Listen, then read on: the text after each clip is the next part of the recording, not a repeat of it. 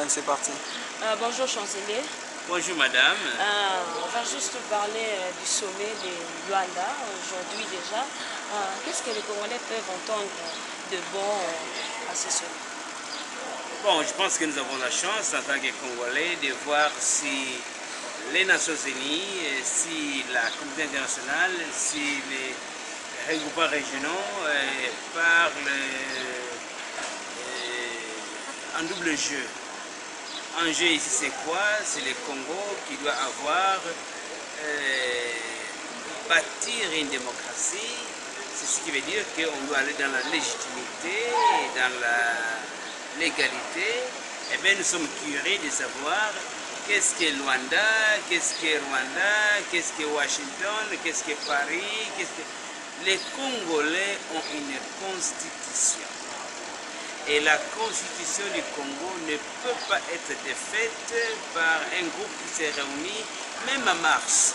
Donc, c'est bonne chose qu'on se réunisse, mais nous avons un problème au Congo ici, où nous devons respecter les délais constitutionnels, qui est encore possible, parce qu'après le 19 décembre, on peut avoir 90 jours prêts par la Constitution, on ne réussit pas 90 jours, donc au plus tard le 30 juillet 2017, nous pourrons avoir un gouvernement des élus, et le Parlement des élus, une représentation. Alors, au lieu de dire ce que font tout le monde maintenant, de parler il faut respecter les délais, mais comment? Il faut les avoir en 2017, mais comment? Il faut avoir... Nous avons, nous autres, proposé un schéma que nous appelons de manière modeste le plan Zita. Le plan Zita prévoit quoi? 4 choses simultanées. La première, aller retrouver les chefs naturels des Congolais, qui sont les chefs des groupements et les chefs des chefferies. Vous avez 2 964 000 personnes là-bas, 2000 excusez-moi. Vous prenez dans chaque groupement 3 jeunes gens qui seront choisis par les groupements et qui peuvent écrire. Et au niveau des centres tels que les centres du territoire, il y a 151 territoires, il y aura des centres de compilation. Donc nous allons d'abord arriver à établir l'état civil qui donnera immédiatement ce que j'appelle un recensement administratif. Cela peut se faire en tout au plus 30 jours. Si on le fait simultanément en utilisant les points de repère qui seront les territoires où nous avons la chance d'avoir les courants électriques, nous avons la chance d'avoir aussi les bureaux de poste, on peut répéter les postes pour faire le travail dont je parle. Donc, il faut un jumelage d'efforts, un cumul d'efforts entre les jeunes et les dirigeants naturels du peuple congolais, qui sont les chefs de groupement, chefs de chefferie. Deuxième chose, la Constitution ne permet pas qu'il y ait un moment de transition où il y aura des postes ministériels. Nous demanderons que les secrétaires généraux en poste continuent l'affaire de l'État et si nous nous réunissons maintenant pour savoir qui va être le président de la transition, tant mieux. De quelle transition là-bas? Nous parlons de ces 180 jours pendant qu'on va élire. Ben, celui-là peut avoir la chance d'appeler s'il y a une guerre, qui peut déclarer la guerre, autre chose. Mais il n'y aura pas de portefeuille, il n'y aura pas de Premier ministre. Et le Parlement aura fini son mandat. On ne peut pas demander au chef de l'État de respecter la Constitution et les sénateurs et les députés n'en respectent pas. Ça, c'est souffler les chaud et les froid. Donc, nous proposons ceci dans les plans Zita.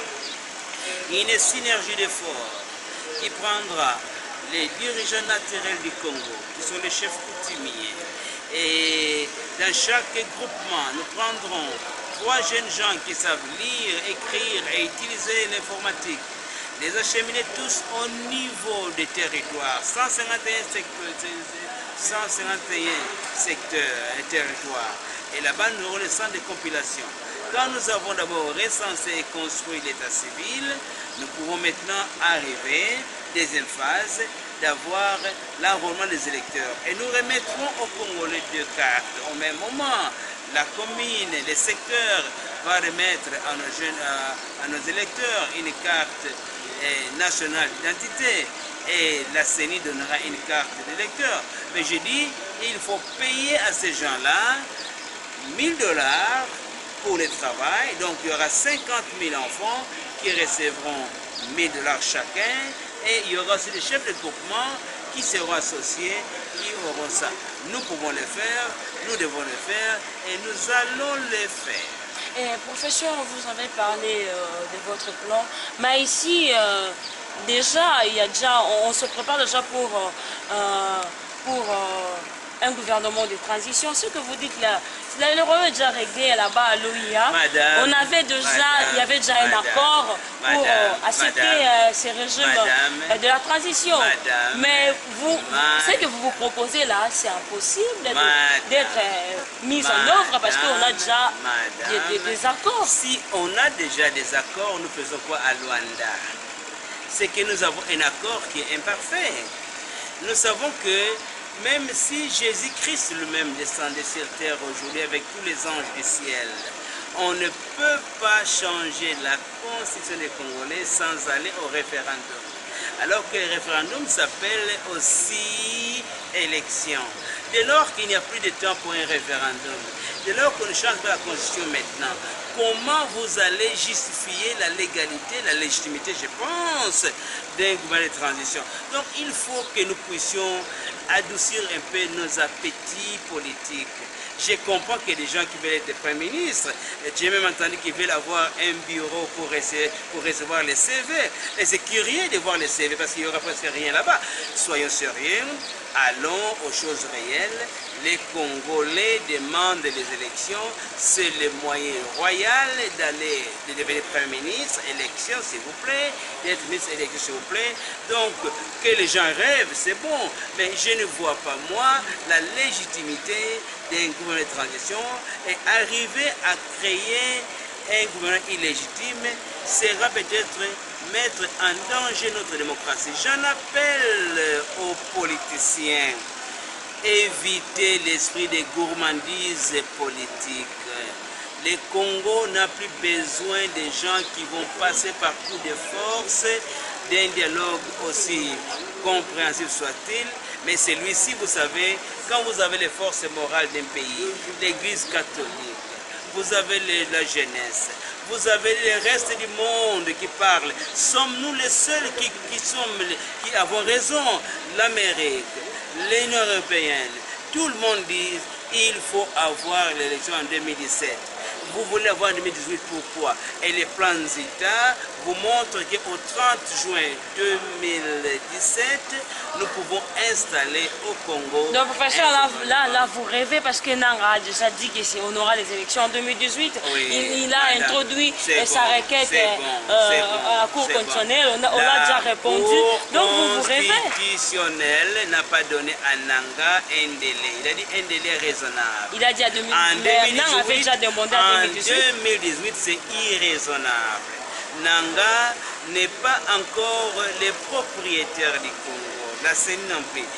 La CENI est là pour l'appui à la démocratie. Et cela veut dire qu'on ne peut pas avoir une démocratie qui marche la Constitution, madame.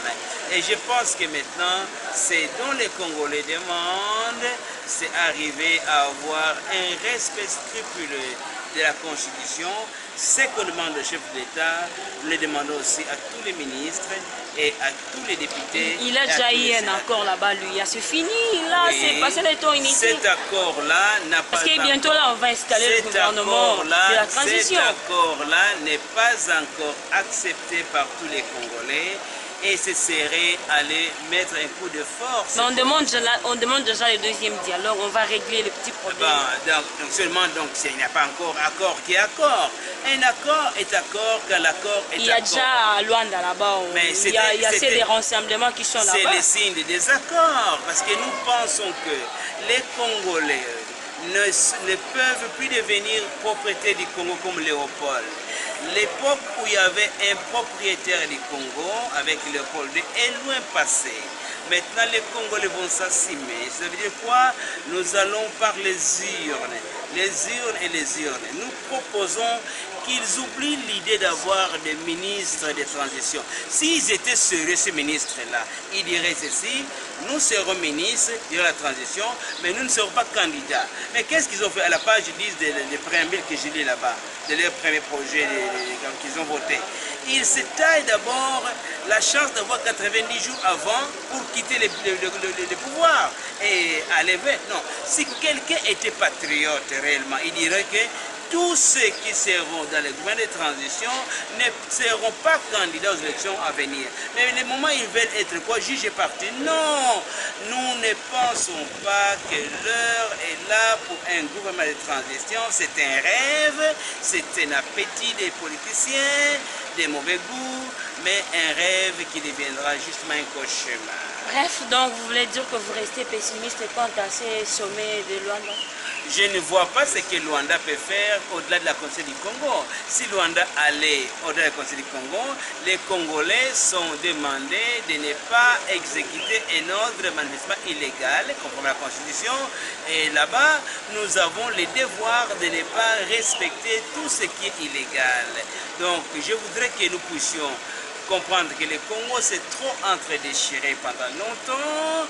Le Congo a besoin d'un esprit de convivialité, arrivant à chercher à apaiser les esprits.